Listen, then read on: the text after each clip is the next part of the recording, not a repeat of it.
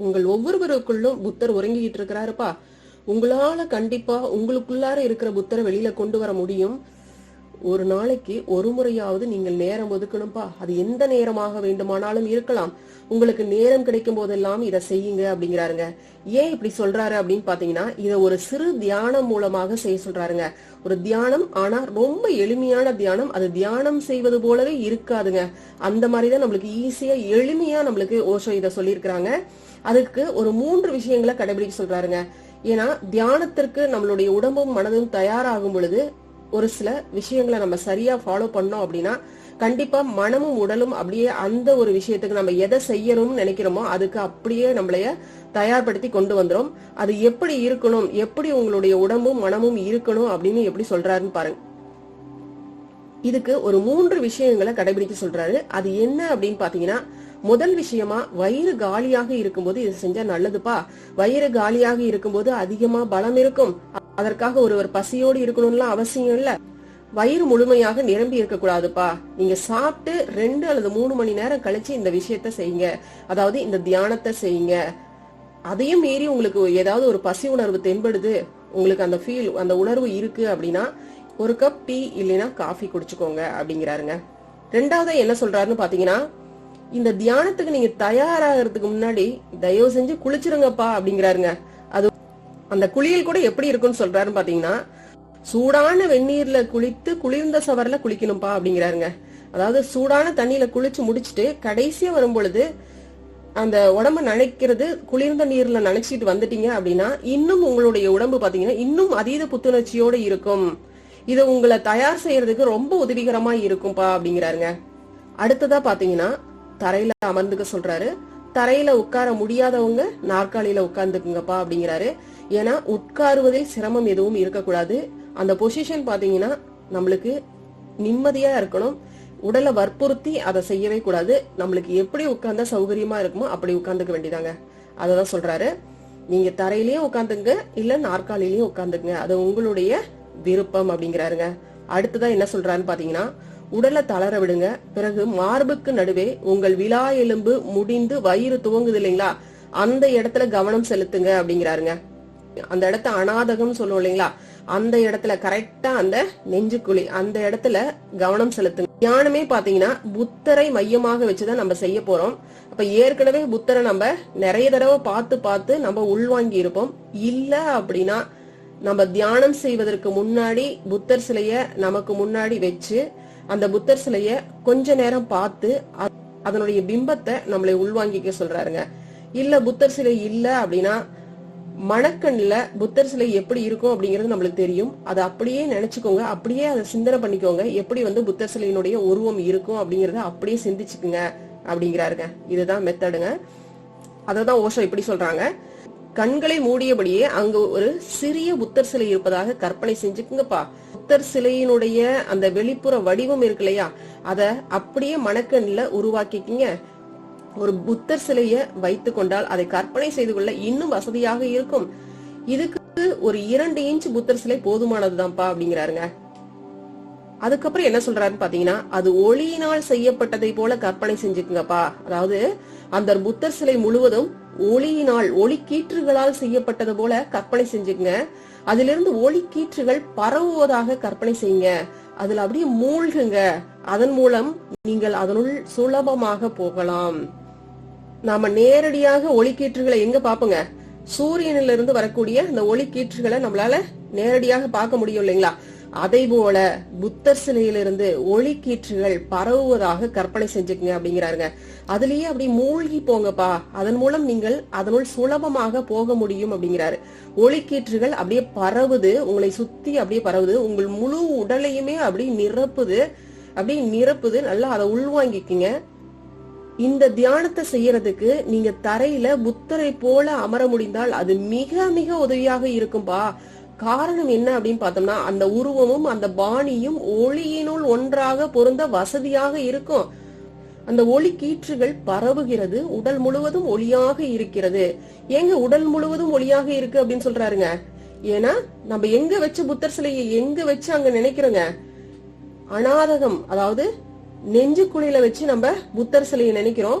அப்ப அந்த புத்தர் சிலை அந்த இடத்துல வச்சு நினைக்கும் பொழுது அந்த உடல் முழுவதும் அப்படியே ஒளிக்கீற்றுகள் அப்படியே பீரிட்டு பாய்ந்து கொண்டிருக்கிறது.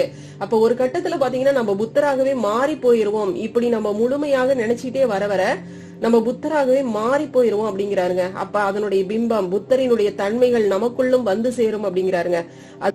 அதனாலதான் நம்ம நெஞ்சினுடைய அந்த மைய பகுதியில நம்ம வச்சு புத்தரை அங்க நினைச்சு நம்ம தியானம் பண்ணும் பொழுது உள்முகமாக இருக்கக்கூடிய அத்தனை விஷயங்கள்லயும் நம்மளுக்கு தெளிவு கிடைக்குங்க. அந்த ஒளி கீற்றுகள்லாம் பார்த்தோம்னா உடல் முழுவதும் பரவுது. பிறகு அந்த ஒளிக்கீற்றுகள் உடலுக்கு வெளியேயும் பரவுதுப்பா.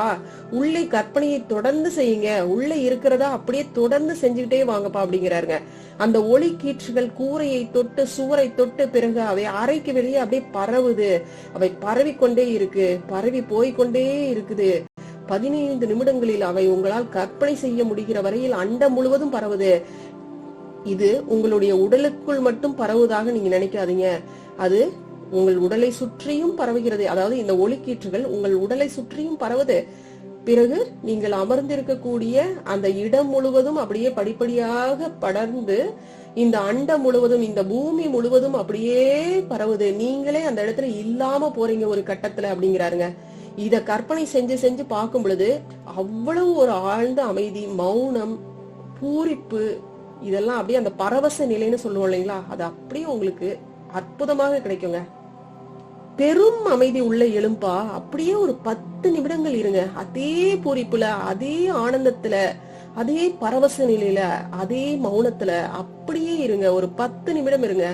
அண்டம் முழுவதும் ஒளிக்கீற்றுகள் அதனுடைய மையத்துல உங்களின் உள்ளார்ந்த இதயம், அந்த நிலையை அப்படியே ஒரு 10 நிமிடம் பிடிச்சுக்குங்க. அதை அப்படியே நினைச்சுக்கிட்டு இருங்க. அந்த ஒளிக்கீற்றுகளை உணர்ந்து கொண்டே இருங்க.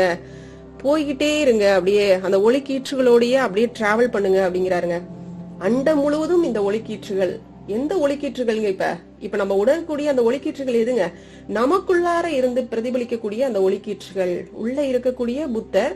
ஆனா அந்த ஒளிக்கீற்றுகள் எங்கிருந்து வருதுங்க? நம்மளுடைய உடல்ல இருந்து, உடலுக்குள்ளார இருந்து. அப்ப நம்மளும் யாருங்க? இந்த பிரபஞ்சத்தினுடைய ஒரு நிலைய ஐக்கியமாயிடுறோம் இல்லைங்களா? அதுக்கப்புறம் என்ன சொல்றாருன்னா, எப்படி நீங்க இந்த பிரபஞ்சம் முழுவதும் ஒளிக்கீற்றுகளால அப்படியே பரவி நிக்கிறீங்களோ அதே போல அப்படியே மெதுவா அப்படியே சுருங்குங்க. மெதுவாக மெதுவாக நீங்க வெளியே போனதை போல மெதுவா பின்னால் சுருங்குவாங்க. அந்த ஒளியினால் ஆன 2 இன்ச் புத்தர் சிலைக்கு உங்கள் உள்ளே உள்ள புத்தரிடம் திரும்பி வந்துருங்க. எப்படி முதல்ல நம்ம புத்தர் சிலையுடைய உருவத்தை நம்ம அங்க நினைச்சோம் இல்லைங்களா, அந்த இடத்துக்கு திரும்பி வந்துருங்க. மறுபடியும் உங்கள் உடலில் அந்த புத்தர் சிலை உங்களுடைய நெஞ்சு பகுதியில இருக்கு, அதுக்கு அப்படியே திரும்பி வந்துருங்க அப்படிங்கிறாருங்க. பிறகு அது அப்படியே திடீர்னு மறைஞ்சு போயிரட்டும். இதுதான் இங்க ரொம்ப முக்கியம். இந்த முழு நிகழ்வுலையுமே மிக மிக முக்கியமான விஷயம், அது அப்படியே மறைந்து போயிடணும். அதுக்கப்புறம் பாத்தீங்கன்னா ஒரு நகல் உருவம் மீதி இருக்கும்பா. நீங்க வெகு நேரம் ஒரு ஜன்னலை பாக்குறீங்க, பிறகு கண்களை மூடிக்கிறீங்க. உங்களுக்கு அந்த ஜன்னலினுடைய நகல் உருவம் கண்கள்ல வரும் இல்லையா, அது போலதான்ப்பா புத்தர் சிலை முழு ஒளியோடு அங்க இருக்கு. பிறகு பாத்தீங்கன்னா ஒரு 3 விஷயங்களை உங்களால உணர முடியும். என்ன அப்படின்னு பார்த்தோம்னா, ஒரு இருளான ஒரு புத்தர் சிலையை உங்களால அங்க உணர முடியும். ஒரு நகல் வடிவ சிலை இருக்கும், பின்னாடி வெறுமை, அங்க எதுவுமே இருக்காது. அப்படியே சிந்தனை பண்ணிக்கிட்டே வரும் பொழுது அங்க அப்படியே பாத்துக்கிட்டே வரீங்க. உள்முகமா அதை பாக்குறீங்க. புத்தர் சிலையை உள்ள ஒரு 2 இன்ச் புத்தர் சிலையை நம்ம உள்ள வச்சிருக்கோம் இல்லைங்களா இதயத்துல, அதை அப்படியே பாத்துக்கிட்டே வரோம். அப்படியே கற்பனை பண்ணிக்கிட்டே வரோம். ஒரு கட்டத்துல அங்க வெறுமை இருக்கும் அப்படிங்கிறாருங்க. ரொம்ப ஈஸி தான், இதை ஃபாலோ பண்ணி பாருங்க. அதை அப்படியே 5 அல்லது 10 நிமிடங்கள் அந்த வெறுமையோடு அப்படியே இருங்க. அங்க முழு வெறுமை, அதுதான்ப்பா இறைநிலை, அதுதான்ப்பா இந்த பிரபஞ்சத்தினுடைய சக்தி அப்படிங்கிறாருங்க. அதான் ஓசோ சொல்றாங்க, முதல் கட்டத்துல அந்த ஒளிக்கீற்றுகள் அண்டம் முழுவதும் பரவும் போது நீங்கள் இதுவரையில் உணர்ந்திராத ஒரு பெரிய அமைதியை உணர்வீங்க. மிக பெரிய அளவில் விரிவாக தோன்றும். நீங்கள் பெரிதாகி இந்த முழு பிரபஞ்சமும் உங்களுக்குள்ளார இருக்கிறது போல ஒரு உணர்வு அந்த இடத்துல உங்களுக்கு பிறந்திருக்கும். இரண்டாவதா பார்த்தோம்னா, அமைதிக்கு பதிலாக உங்களுக்குள்ளார ஒரு பரவசம் வந்திருக்கும்பா.